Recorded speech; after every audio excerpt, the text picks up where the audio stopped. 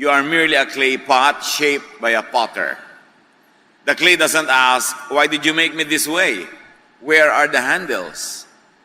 Children don't have the right to demand of their parents, what have you done to make us what we are? I am the Lord, the Creator.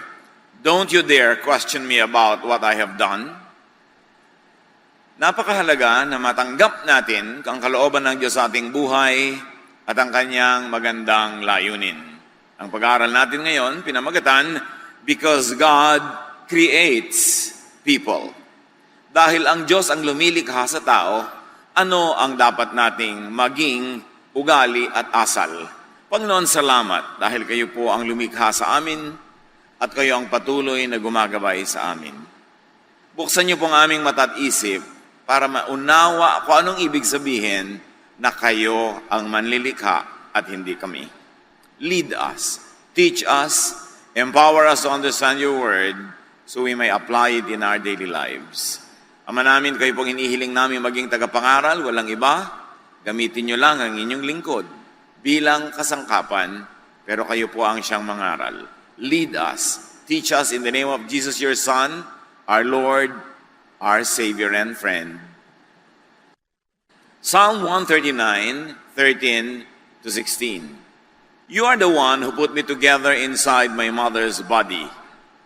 And I praise you because of the wonderful way you created me. Everything you do is marvelous. Of this, I have no doubt. Nothing about me is hidden from you. I was secretly woven together deep in the earth below. But with your own eyes, you saw my body being formed. Napakalalim ng pagkaunawa ng psalmist, ng umawit na ito, sa kahulugan na ang Diyos ang lumikha sa kanya.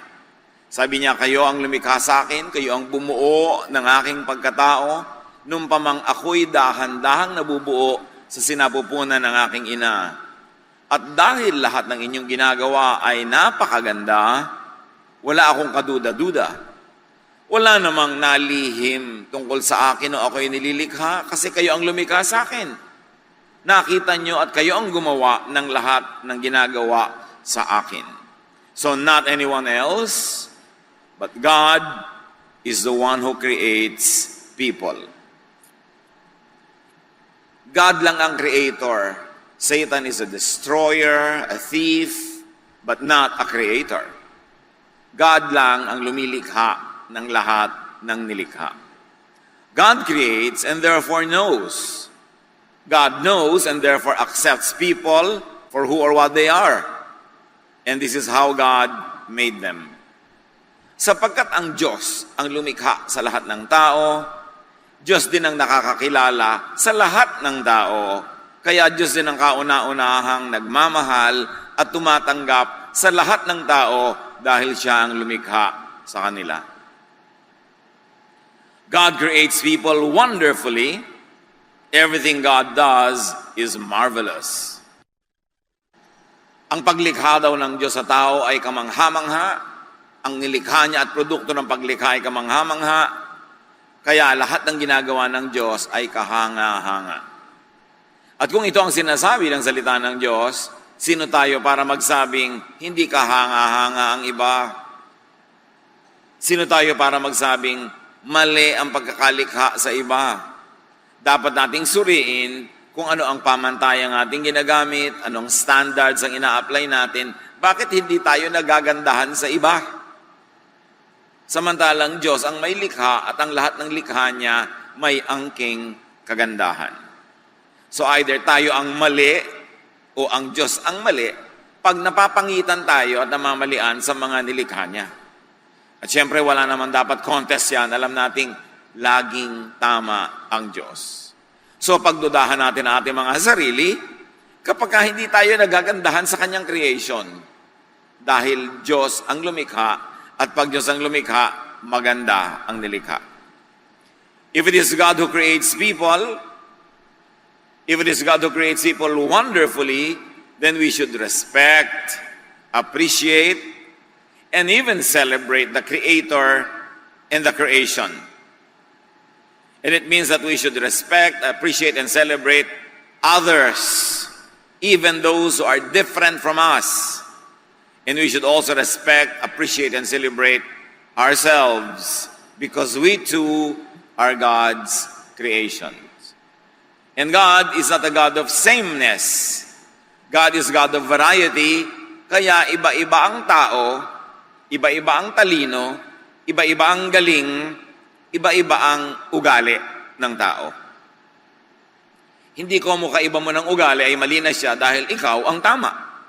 Napakakitid ng pag-iisip ang ganong uri ng pananaw. Psalm 139:16. Even before I was born, you had written in your book everything I would do. At ito ang pinaniniwalaan ng iba na pinagsasaligan, sinasandalan ng paniniwala nila na mayroong kapalaran ang tao na nakaguhit na may tadhana. Dahil sabi, bago pa man ako sinilang, isinulat mo na sa iyong aklat ang lahat ng aking gagawin. Siyempre, ang Bible ay poetic language and poetry sometimes employs exaggeration. Hindi naman kailangan napakaliteral ng paglapat ng mga sinasabi ng mga talatang ito. But it is important to appreciate that as God designs and creates people, God also predestines or predisposes people. Dahil Diyos ang may likha at may disenyo, para na ring iginuhit niya ang tadhana ng nilikha niya. Halimbawa, nilikha ka niya na magaling sa mathematics, ay para na rin niyang itinakda sa iyo kung ano ang iyong magiging propesyon, ano ang iyong magiging trabaho, papel sa buhay. Nilikha ka niya na mahilig at magandang sumayaw, mahilig at mahusay magpinta, nilikha ka niya na mahilig at magaling mamahala, nilikha ka niya na mabusisi, maburiri sa buhay, nilikha ka naman niya na baliwala sa iyo ang mga detalye, ang mahalaga lang yung general things, para na rin binigyan ka na magiging job description at mission mo sa buhay. Kaya may mga taong OC, mga obsessive-compulsive, nilikha silang ganon. Kung wala namang mga ganon, puro burara na lang lahat ng tao, di wala ng kaayusan. Pero kung wala namang mga burara, di nakaka-stress naman ang buhay, lahat na lang, OC. Kung lahat mathematician, di lahat makwenta, matuos. At kung lahat naman dancer, di walang musician. Kung lahat engineer, walang doktor. At kung lahat takot sa dugo, walang magiging nurse. Kaya iba-iba ang ibinigay ng Diyos sa atin ng mga pagkatao, kaugalian, kasi iba-iba ang pangangailangan natin pag tayo'y magkakasama. Ganon din sa church. Iba-iba ang talent na ibinigay sa tao. Merong mahusay mag-organize, may hindi. Merong mahusay sa tugtog, meron sa sayaw, meron sa pakikisalamuha sa mga bagong dating. Merong mahusay mangaral, mahusay magturo sa small group, meron sa big group. Iba-iba. Para pag tayo'y magkakasama, lahat ng pangangailangan natin ay nasasagutan, natutugunan ng iba't ibang kapatid. At dahil doon, kailangan natin ang isa't isa at mahalaga ang bawat isa. Yun ang itinakda ng Diyos. Kaya kung ano ang likas mo, yun ang assignment mo sa buhay. Kaya sabi, nilikha mo ako, kaya itinakda mo sa akin na magiging guhit ng aking palad. Dahil pag sinunod mo, kung ano yung likas sa'yo, doon ka dadalhin ng buhay. Kaya merong mga maseselan, ang gusto mapangasawa nila, malilinis, talagang maseselan din. So parang itinakda sa'yo kung sino ang magugustuhan mo. May nakatakda talaga dahil may lumikha sa atin. Note that this is generally not specifically written in the book of life because God does not dictate specific choices. Nilikha ka halimbawa na malikhain ka sa arts, pero may choice ka pa rin kung susundin mo yun or not. At kung malikhain ka man, may choice ka pa rin kung magte-training ka ba o hindi, pag-aaralan mo mga mabuti o pababayaan mo lang yung likas na talent mo. Kaya may nakatakda sa iyo na assignment, pero within the specifics of that assignment in life, may free will ka. Kaya kung ano ang gagawin mo sa likas na bigay sa iyo, nagkakaiba-iba pa rin ang palad ng tao. Pare-pareho kayo halimbawa magagaling, pero yung isa nag-aral, nag-training, nagpakadalubhasa, magiging iba ang role nyo sa buhay. Magiging assistant ka siguro niya pagdating ng araw, pero nandun ka pa rin sa area na yon. At maraming tao ay maralita, dukha, miserable, hindi successful, walang bunga sa buhay, kasi pinipilit nilang mag-operate sa isang larangan ng buhay na hindi naman yun ang disenyo sa kanila ng Diyos. Meron naman na parang ang dali-dali magtagumpay, ang dali-daling mamunga. Kasi nasa area sila where they are gifted by God, tas dinevelop pa nila, nagsanay pa sila, dumadali tuloy o nagmumukhang madali. Pero hindi idinidikta ng Diyos ang bawat hakbang, bawat desisyon na gagawin mo. Pero meron ka ng parabagang hilig na kung susundin mo, dun pupunta ang iyong mga desisyon. But the details are up to you, and that is where free will operates. Pero walang free will na halimbawa, hindi ka naman talaga gifted sa numbers, kahit anong pagtitiwa-tiwari kang gawin mo, hindi ka magiging successful engineer. Kasi ginagamit mo yung free will mo sa maling part na hindi naman ka doon inassign ng Diyos. Therefore, God pre-assigns a general area in your life, and the details of those depend on your free will. Kaya merong interaction ang will and sovereign will of God and the individual will of each person. Occasionally, God is known to inspire. Occasionally, God is known to direct, specifically, especially the men and women that He uses for special missions. But that is not always the case. Normally, the given are inborn traits, mentality, what we call nature, what scientists call genes. Meron talagang nakatakda na magiging general character mo depending on your genetic makeup. Magtataka ka, bakit magkapatid ito, magkaiba ng ugali? Ang dami-daming lolo't lola from mother and father side na pwedeng pagkuhanan ng ilong, pagkuhanan ng tenga, pagkuhanan ng kalinisan, pagkuhanan ng ugali, kaya nagkakaiba-iba kahit magkakapatid. Kasi napakayaman ng genetic pool na panggagalingan ng pagmamanahan. Kaya kung minsan sasabihin mo, yung ate mo umana sa lola mo sa father side, ikaw umana ka sa lolo mo sa mother side. Kasi maraming pinagkukuhanan pero galing pa rin sa the same genetic pool. Up to a point, nature could be fine-tuned, could be developed, and they call it could be nurtured. Nature mo na dancer ka. Tapos may kakaya naman ng mga magulang mo o meron silang dedication na i-develop ka, in-enroll ka sa dance school, binigyan ka ng mga tutor, ibinibili ka ng costume, pinapasali ka sa mga program, yung nature mo na-nurture pa. Kaya lalong tumingkad, lalong na-develop.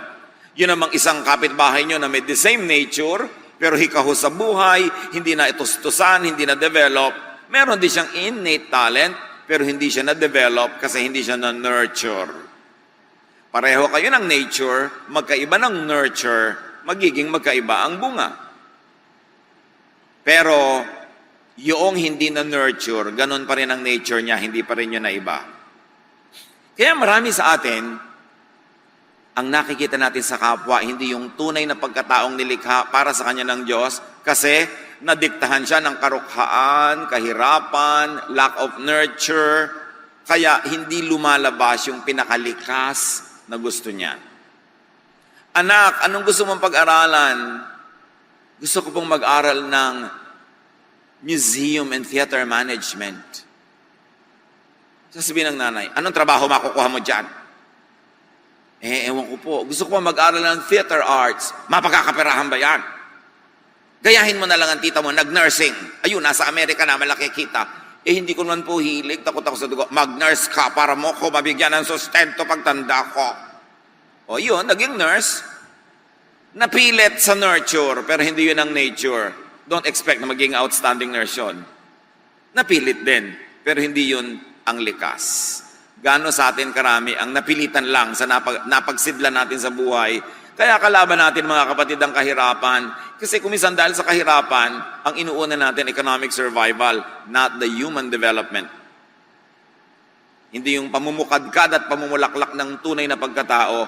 Kasi survival, at ilalagay sa sikmura ang inuuna natin dahil sa pangangailangan.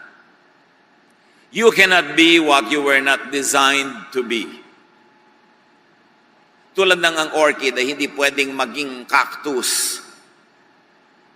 Katulad ng ang isdang tabang ay hindi pwedeng mag-survive sa maalat na dagat.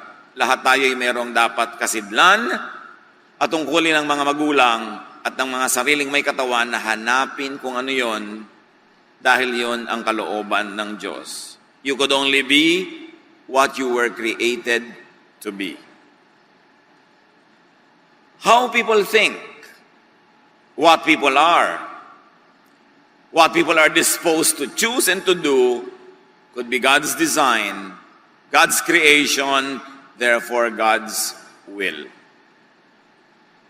Mahirap tanggapin kung minsan na itong taong kakaiba kong mag-isip ay nilikha ng Diyos na ganon.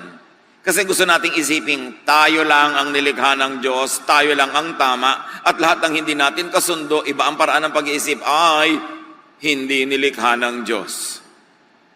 Pero ang lahat ng tao ay nilikha ng Diyos. Do not give to Satan an honor that it does not have, na siya ay creator, hindi siya creator. Yan ang problema ng mga relihiyon. Pag iba ang paniniwala ko sa paniniwala mo, demonyo ka at ako lang ang sa Diyos. Ganon din ang makitid na pag-iisip ng maraming tao, magkaiba kami ng ugali ng kapatid ko, therefore mali siya, kasi syempre, ako ang tama. Kakitiran. No matter how much people misunderstand and disagree with the design was made by God, and it is marvelous and wonderful. Kung minsan, mata lang natin na nagkukulang para makita yon. Maraming magagandang tanawin, hindi mo lang nakikita kasi malabo ang iyong mata. Kung minsan sa isang kwarto, ang dami-daming hiyas, ang dami-daming magagandang muebles, hindi mo nakikita kasi walang ilaw. Pero nandun. Kaya mahalaga ang kaliwanagan. Kaliwanagan ng isip, ng puso at ng pananaw para makita natin ang magandang kalooban ng Diyos. Kahit pa sa simula ay parang hindi yun ang kalooban ng Diyos dahil hindi yun ang gusto natin o hindi yun ang pinaniniwalaan natin sa buhay. Matthew 19:11-12, Jesus replied, "Not everyone can accept this word, but only those to whom it has been given. For there are eunuchs who were born that way," meaning there are eunuchs who are eunuchs by nature. "And there are eunuchs who have been made eunuchs by others. So they have become eunuchs by nurture. And there are those who choose to live like eunuchs. Therefore, they are eunuchs or free will or personal choice nila for the sake of the kingdom of heaven. The one who can accept this should accept this." Eunuchs are male persons who are deprived of their sexual development so that they could serve the female members of royal families. Kinakapon sila maaga pa lang. And because of that, they don't develop fully as males. At sabi ni Jesus, may mga eunuch na born that way. Kahit na hindi mo yan ginawang eunuch, eunuch talaga siya. Meron naman na kinapon nyo kasi, kaya naging eunuch. At meron naman, kalooban niya, gusto niya, hindi nyo pinilit, pero yun ang gusto niyang maging papel sa buhay. Therefore, naging eunuch siya. Sabi ni Jesus, the one who can accept this should accept this. There are people who are born that way, there are people who are made that way by their environment, and there are people who choose to be that way. Those who choose can chase their choice. Those who are made can be unmade, but those who are born that way can never be changed. At mabuti sa mga anak ng Diyos na gumagalang sa creation ng Diyos na yan ay dibdibin at unawain. May mga asal o gali ang tao na pwedeng palitan kasi inilagay lang doon ng environment. Meron naman pwedeng magpalit kasi pinili lang niya na gawin ang ganun, maging ganun siya. At pero merong hindi pwedeng palitan kasi born that way. So hindi lahat ng tao ay pwede mong baguhin. Meron, pwede siya magbago dahil gusto niya kasi siya lang pala ang may likha ng kung ano siya ngayon. So pwede niyang baguhin. Meron naman pwedeng baguhin ang environment dahil environment lang ang gumawa sa kanya na ganun. Pero meron kahit anong gawin mo, hindi mo mababago kasi born that way. And you substitute the word eunuch for anything else. Merong taong born OC. Born that way. Merong made OC by their environment and meron naman choice nila na maging OC. Merong mga tao na maramot. Kasi pala lumaki sa hirap.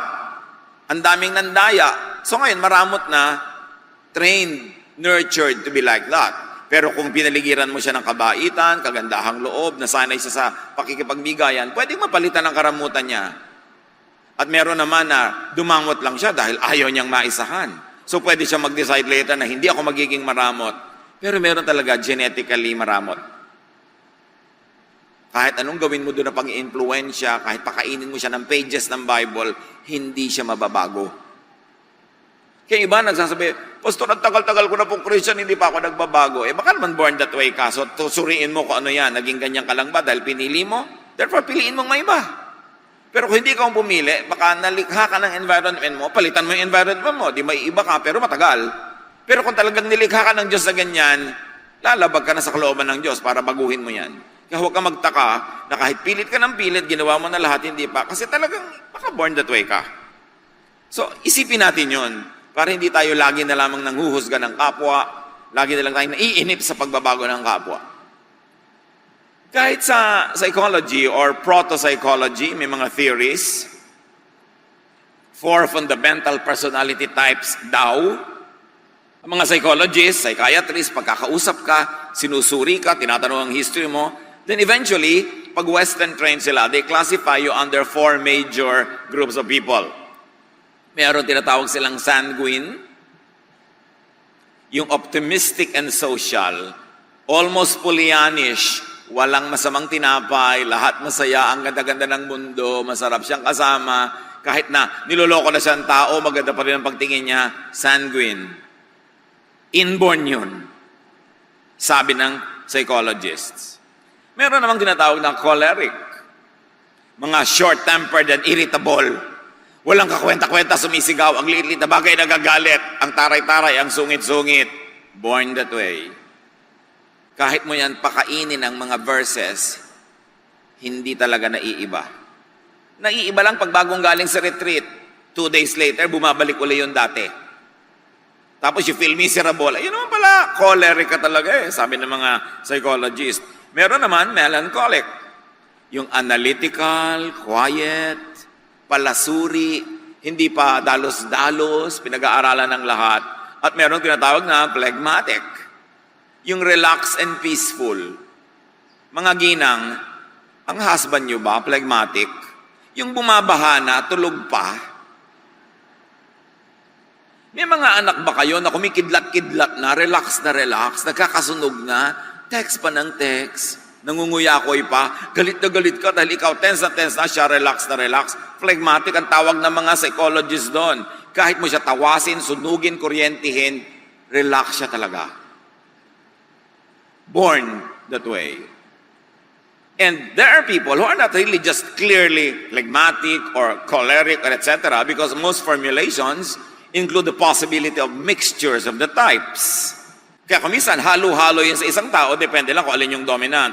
Nature plus nurture plus choice. Kaya complex ang tao. Meron naman na talagang sobrang relax, pero pag lagi mong ninanag, kumikilos din. Pero pag hindi ka na nagnag, relax na naman. Kasi naghahalo-halo yung nurture, yung environment, at yung nature. Ano ang ibig sabihin niyan, mga kapatid? That we should not judge or demonize. We should not change. And all the more, we should not reject people for their created, predetermined nature. Hindi mo dapat husgahan ng tao pag ganon siya.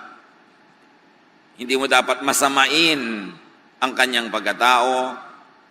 At lalo namang huwag mong gawing mission sa buhay na baguhin siya. At lalong huwag mo siyang itatwa, itakwil, dahil lang ayaw mo sa kanyang personality at magkaiba kayo.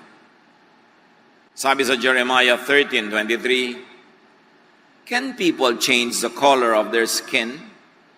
Or can a leopard remove its spots? Siyempre, nung sinulat yung verse, wala pa mga dermatologist. Pero ang ibig sabihin lang na ito, hindi mo kayang baguhin ang iyong inborn nature.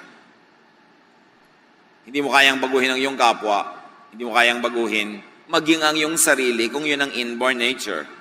Kaya maraming tao na de-depress, nagpapakamatay, nabibigo, may mga mag-asawang naghihiwalay, may mga anak na itinatatwa, itinatakwil ang sariling magulang kasi hindi nila matanggap ang iyong nature. Gusto ka nilang baguhin. Gusto ka lagi nilang maiba ayon sa kanilang gusto para sa iyo at hindi nila isinasaalang-alang kung ano yung likas mo. At nililimot nila na ikaw man ay likha ng Diyos. Anong kinalaman ni Jesus sa lahat ng usaping ito? Jesus is the perfect revelation of God's truth and kindness.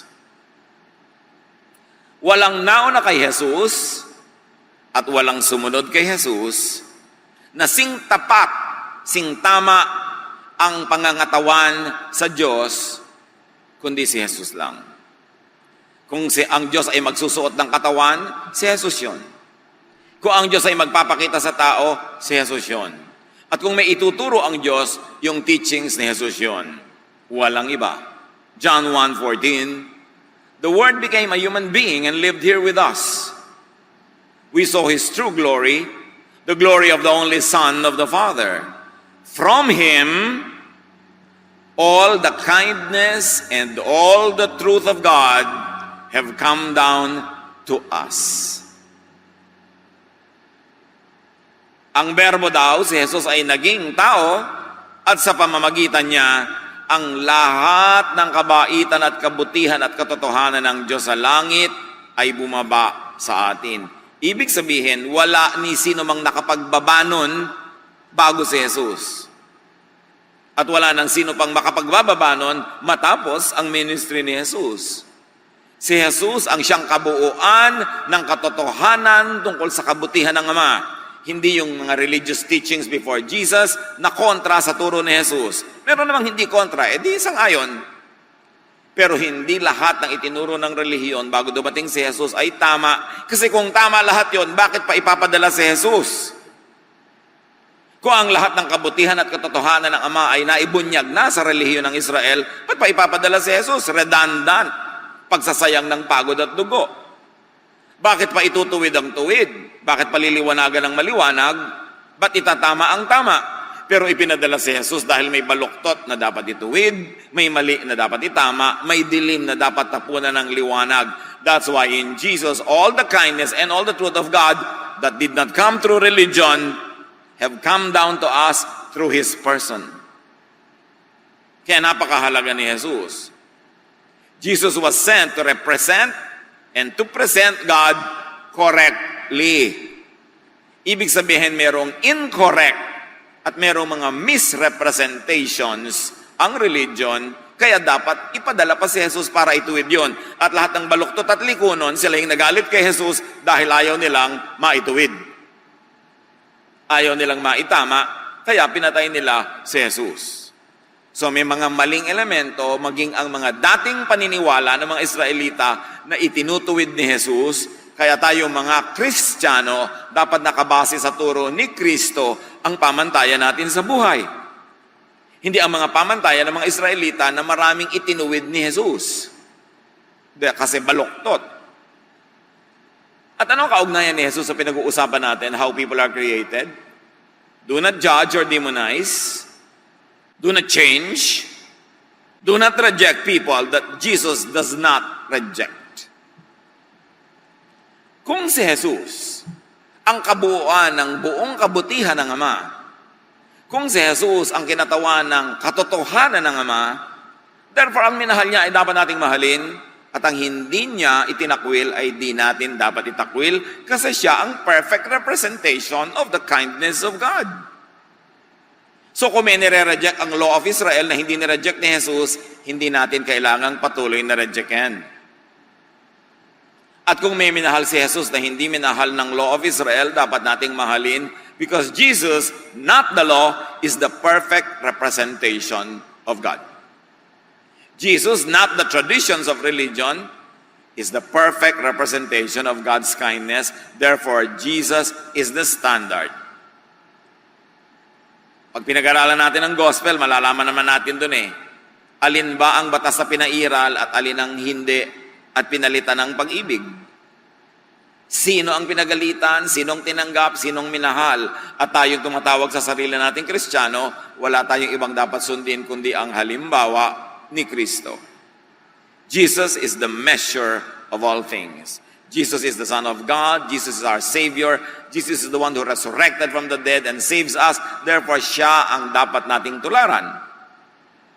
Don't force people to live outside of their God-given design or nature, because Jesus did not do that.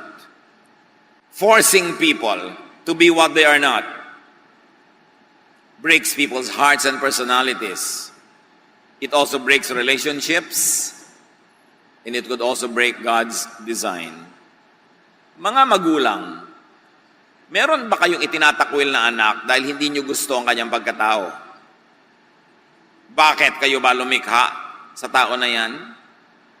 Diyos ang lumikha dyan, ipinagkatiwala lang sa atin para ating mahalin at palakihin. At ang mga magulang ang kauna-unahang merong ministry to accept their children. Kung ang sariling magulang magtatakwil sa anak, sino pa nga asahan nating tatanggap sa kanya? Husband and wife. Kung kayo ang magre-reject sa ugali ng husband o wife nyo, sino pang tatanggap? Kayo ang magkabiyak.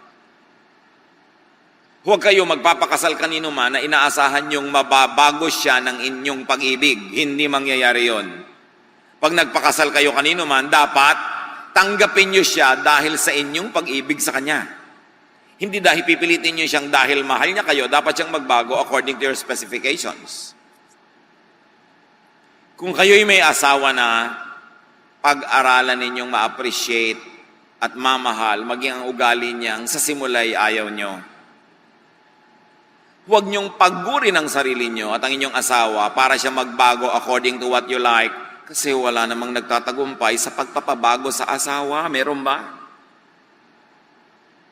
Bakit nananatili ang mag-asawang magkasama? Hindi dahil nabago ko siya according to my wishes, kundi dahil tinanggap ko siya. At hindi dahil hindi siya nagkakamali, kundi dahil pinapatawad ko pag nagkakamali siya. This is the way of Jesus. The way of rejection is the way of the Pharisees. Sarili mong magulang, itatatwa mo dahil ayaw mo ng kanyang ugali, hindi mo gusto yung kanyang asal. Bakit ikaw ba lumikha sa kanya? Yun ang ministry ng pamilya, tanggapin ang bawat isa. Mahalin. Meron man kayong disagreement, kahit nga sa sarili natin, may disagreement tayo. Di ba? Kung minsan din, nagdadalawang isip tayo, nagdadalawang loob. Magkaiba rin ang gusto ng sarili nating isip. Kaya ang mahalaga, dibdibin natin kung anong ibig sabihin na maging Kristiyano. Ang Kristiyano, minamahal, tinatanggap ang kapwa, at ipinapasa Diyos kung paano ma-develop ang kapwang ito. But remember, the development is still within the natural personality. Nag-i-improve lang siya within the same department, pero hindi siya pwedeng lumipat ng department ng personality according to how he or she was born. It is important. Psalm 139, 1-5, sa pagpapatuloy. God, you have looked deep enough into my heart, and you know all about me. You know when I am resting or when I am working. And from heaven you discover my thoughts. You notice everything I do and everywhere I go. Before I even speak a word, you know what I will say. And with your powerful arm, you protect me from every side. Sabi niya, Diyos ko, kilala niyo ko. Pagkalalim-lalim ng pagkakakilala niyo sa akin, iniisip ko pa lang alam niyo na. At bago bumukas ang bibig ko, alam niyo na sasabihin ko. You know why? Because God designed you. Because God made you. And you are wonderful. Your son, your daughter is wonderful. Your husband, your wife is wonderful. Your mother, your father is wonderful. Because God created us all. Ang mission natin, hindi baguhin ang mga tao para mag-swak sa gusto natin. Ang mission natin ay baguhin ang pag-iisip natin para makita natin ang ganda ng bawat tao. Siguro hindi natin makikita ang buong personality niya na 100 maganda. Hanapin niyo kung alin yung nagagandahan kayo at yun ang titigan. Yun ang palakihin. Yung tama, hindi yung mali. Yung gusto nyo, hindi yung ayaw. Kasi tuwing papalakihin natin yung ayaw natin, malalayo ang ating loob, mamaya maghihiwa-hiwalay na tayo sa buhay, at kahit magpapalit-palit kayo ng kasama buong buhay, tatanda na lang at kakamatayan nyo na wala pa rin kayong nakasundo. Napakahalaga yung importanteng turo ni Jesus to love and accept people. And if ever there will be changes in their lives, and there should be, because we grow from glory to glory, let God be the agent of that change, not us. Hindi yun na ipipilit, hindi na igigiit. Nangyayari yun kung may pagbabago sa loob ng puso ng tao at spirito lang ng Diyos ang nakakagawa nun. God does not even change people. Bakit? If God changes people, di kasalanan niya yung mga ibang hindi nag-change. Kaya pas ginabi mong binago ako ng Diyos. Talaga? Ba't yung iba hindi binago ng Diyos? Di kasalanan ng Diyos, hindi niya binago yun. Nagbabago tayo pag nagkakaroon tayo ng kaliwanagan. Pagkaunawa, nagkakaroon tayo ng desisyon to improve our ways. But you cannot change your inborn nature. You can only change what was nurtured in you. What you learn, you can unlearn. What was programmed into you, you can deprogram. But your inborn nature, you cannot change that because God, that is God's call. That is God's decision. Kaya kung hindi ka talaga talented sa chemistry, kahit anong pilit mo, hindi mo matatandaan kung anong ibig sabihin ng NaCl. Kaya huwag mo nang tandaan. Total, marami ka ba ibang natatandaan sa buhay, yun ang strength mo. Doon ka na lang. Leave chemistry to the chemists. That's why we need one another. Because God knows people, God accepts, God loves, and God protects people from every side, from others, even from themselves. He protects what He created in people.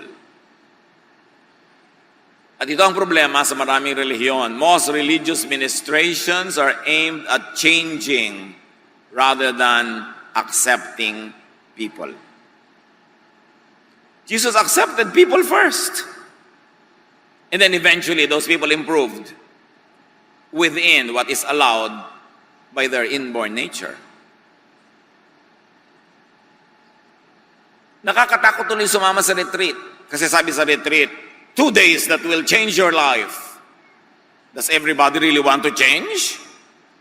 Paano kung 2 days where you will experience God's love and acceptance? Dami sasama. Pero yung pupunta ka sa church, yung mga usherette, nakairap sa'yo pagka hindi conservative ang damit mo. Nasa pinto ka pa lang, gusto ka nang baguhin. Nakakatakot.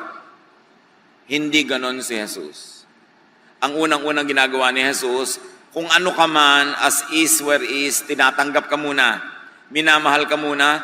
At kung naramdaman mo na ang pag-ibig na yon, na-inspire ka na, ikaw na ang mag-i-improve sa iyong sarili sa tulong ng Diyos. Pero hindi ka magpapalit ng anyo dahil yun ang inaasahan ng committee, dahil yun ang inaasahan ng mga nakakaalam, merong power over you. Kasi hypocrisy lang yun. Dapat galing sa loob, likas, bukal sa loob. Yun ang pagbabagong totoo at magtatagal.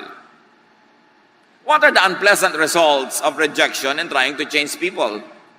Alienation, nagkakalayo-layo ang loob. Judgmentalism, because your tendency is to judge everybody that you don't agree with or sa tingin mo ay mali. Kakambal niyan, self-righteousness on the part of the so-called normal or righteous. Alam niyo, ibig sabihin lang ng normal, majority. Hindi ibig sabihin correct. So pagka kayo ay kabahagi ng mga 70 to 80%, kayo ay normal. Hindi ibig sabihin ng normal, correct. Ibig sabihin lang, marami kayo. Pero siyempre, ang kabaliktaran ng normal, yung konti, abnormal, ang tingin na ugagad natin, wrong, abnoy yan. Bakit? Kasi kakaiba siya mag-isip. Diba? Abnoy yan, ibang klase siyang magprito ng itlog. Ibang klase siyang magtalop ng kamatis. Abnormal yan. Mali agad. Kasi ang tendency ng normal, i-judge yung abnormal. Pero alam niyo kung sinong pinakisamahan ni Jesus ng todo-todo? Minahal, sinagip, yung mga tinatawag na abnormal. Yung latak ng lipunan, yung itinapon ng lipunan, yung nire-reject ng church, ng temple, ng synagogue, yung nilalayuan ng mga normal, yun ang mga pinuntahan ni Jesus. Inipon niya yung bangkay, pinuntahan niya yung possessed. Minahal niya yung babaeng gustong batuhin ng mga normal. Kasi abnormal yung buhay ng babae na siya ay living in adultery. Ang pinuntahan niya sa Jericho, si Zacchaeus na abnormal. Ka-Israelita, kumakampi sa Romans, tapos chief tax collector pa. Ang mga pinuntahan ni Jesus, ang mga crowd ni Jesus, sabi nga ng mga Pharisees, tax collectors and sinners, the abnormal. Kaya kung abnormal ka, alam mo nang love ka ni Jesus, thank you na lang. Salamat. Kasi ang totoo, lahat naman ng tao may kaabno yan, nakatago lang. Ilang tao ang baliw out of 10? 10 ang baliw. Iba-iba lang tayo ng department ng kabaliwan. Iba-iba ng panahon.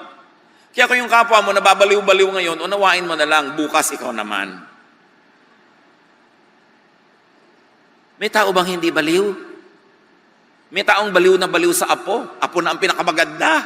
Kahit natatakot yung iba. Ang sarili niyang anak, mutyang-mutya, pinakamatalino, pero kahit na pinakamababa ang grade. Kabaliwan yon, di ba? May mga babaeng bumibili ng bag na 3 milyong piso, hindi ba kabaliwan yon? Pero gusto niya, trip niya, hindi naman niya ninakaw, sino ka naman para mag-judge? Yung bag mo nga, 50 pesos, pero fake naman yung brand. Hindi ba ka-abnormalan din yon?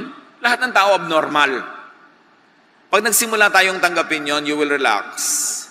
You will love more. You will be more like Jesus. Pero pag pinarusahan mo ang tao na nagtatapat tungkol sa ka-abnormalan niya, ang tuturuan mo siyang magtago, pumailalim, maging hypocrite para hindi maparusahan. At yan ang ayaw ng Diyos, hypocrisy. Ang Diyos ay doktor. Ang pasyente naguhubad sa harap ng doktor. Sinasabi lahat ang sakit niya, lahat ng history niya. Kasi pag hindi ka naging totoo, paano ka gagamutin? At sa atin din, kung itinatago natin lahat ng ating mga bakaho, ang ating mga kahinaan, ang ating mga kabaliwan, paano ka mamiministeran? That's why we always say that the church is a place of a hospital for sick people. It is not a display window for perfect merchandise. Kaya dapat wala nang pagkukunwari. Kaya lang, nagkukunwari ka kasi paparusahan ka pag nalaman ng tao kung ano yung totoo. But that is not the spirit of Jesus. That is not the Christian community. That is a community of religious hypocrites. Kaya dapat talagang salain, linisin, ligligin ng church para maging totoo sa pag-ibig ni Jesus. Pagka ang mga tao will reject one another for their reality, you will give them imposed hypocrisy and needless guilt. Ang daming tao nagigilty sa hindi naman dapat ikagilty, na condition lang sila ng conservative thinking to be guilty. Pero hindi naman dapat. Kaya sabi ni Jesus, come to me all of you who are tired and heavy laden and I'll give you rest. Rest from needless guilt. Rest from hypocrisy. Rest from pretense. Because I love you as you are. Kaya sinasabi ng kanta, I sing because of your love. Your love makes me sing. Pag na-realize natin ang pag-ibig ni Jesus, na siya palang pagpapakita ng pag-ibig ng Diyos, mapapakanta ka talaga. Dahil napakabait ng Diyos, nakakalungkot lang, misrepresented by religions. Ang ipinapakita ng religion, mabagsik, magagalitin ng Diyos, laging may hawak na sibat na kidlat, papatabaan ka tuwing magkakamali ka, paparusahan ka tuwing nagkakamali ka. Hindi yon ang ipinakilala ni Jesus, at si Jesus ang tunay na kinatawan ng Diyos. Dapat natin kilalanin ng Ama sa pamamagitan ni Jesus. Yung rejection sa church, nangyayari rin sa family, nangyayari sa society. Yun din ang bunga, alienation, frustration, separation, needless pain. Ang daming sakit na hindi naman dapat nadarama. Ang daming hirap ng loob. Ang daming dalamhati na hindi naman kailangan. Jesus loves people unconditionally and accepts them first. Then He teaches and empowers them to change for the better within the framework of their natural, inborn reality within the framework of how God created them. So when you have a personal relationship with Jesus, unang-una tatanggapin ka niya anuman. Pagkatapos, pag nadama mo ang kanyang pag-ibig, at napag-aralan mo ang kanyang mga turo at salita, hindi na mga Pharisees, dahil magiging miserable ka lang lalo. Pag nadama mo at naunawa ang pag-ibig ni Jesus, gagaan ang iyong loob, at kusa ka nang magbabago sa iyong sarili para yung natutunang maling habits ma-unlearn. Yung mali at negative na effects ng nurture ay makorek. Pero hindi mo mababago ang iyong inborn nature kasi Diyos ang may lagay nun. The wise and godly person will change what he can and will accept what he cannot. Then tatahimik ang iyong buhay. Because God created us all in His image, find a facet of God's image, find the wonder in each creature. At yan ang ating number 1 assignment. Kung may asawa ka, hanapin mo yung magagandang facets niya at yung mga aspeto niya na hindi ka nagagandahan, magpaturo ka sa Diyos na makita kung ba't maganda yon. At kung hindi ka pa rin makumbinsing maganda yon, tanggapin mo na rin at manahimik ka para payapa ang inyong buhay at pahalagahan mo sa Kanya yung gusto mo at yung ayaw mo, ilagay mo na lang sa may mga likod-likod, gilid-gilid. Huwag na lang laging yun ang yung tingnan kasi hindi mo naman mapapalitan yon. Kung minsan yung iba, nagpapalit pa ng asawa para lang madiskubre na yes, yung gusto kong magandang ugali, nasa ipinalit ko, pero may pangit din pala siyang ugali na hindi ko pa alam nung araw. Ngayon, alam ko na. So, palit ka ng palit buong buhay. Find and accept others. And that is what it means to have world peace. Accept yourself and have inner peace. Kaya nung dumating si Jesus, nagbaba ng mga anghel, ang kanta nila, peace on earth. Magkakaroon ng peace on earth, goodwill to men, pag ang turo ni Jesus ang pinairal. Thank God for His wonderful creation. At mag-iiwan ako ng tanong, could you be rejecting someone or yourself? Forcing someone or yourself to change beyond your God-designed nature? You will only fail, and you will make everyone else around you miserable. So do a Jesus. Accept and love people. Accept and love yourself. Change for the better. Change from glory to glory within what is allowed by your inborn nature. Then and only then will you have peace with yourself, with others, and with the world. Turuan niyo po kami, Ama, na makita kung saan kami maaaring nagkukulang sa ganitong mga katuruan. Ipamukha niyo sa amin kung nagkakamali kami to reject people, to force people to change, to impose our values, beliefs, ideas on others. Teach us